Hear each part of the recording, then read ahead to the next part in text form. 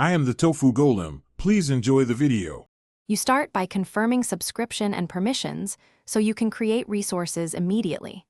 Next, provision an Azure Data Factory instance and pick the right integration runtime for data locality and performance.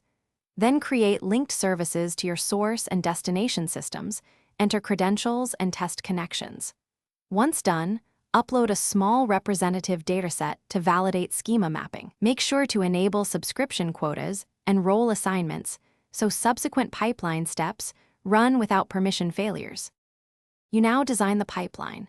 Create parameterized datasets for source and sync so you can reuse components. In the author canvas, add copy activity or mapping data flow depending on whether you need transformation logic. Configure source queries and sync write behavior.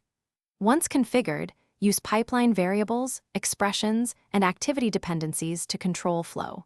Then add triggers for schedule or event-based runs, and enable logging to monitor row counts and throughput. Make sure to optimize parallelism and batch sizes for cost and performance. You finish by publishing the pipeline and integrating with CI/CD using ARM templates or Git so deployments are repeatable.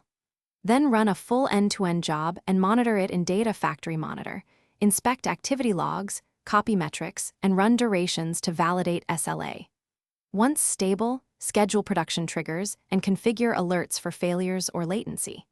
If something breaks, first verify the integration runtime health, network/firewall rules, and that credentials or service principals have not expired. Then rerun the failed activity with corrected settings. Thanks for watching.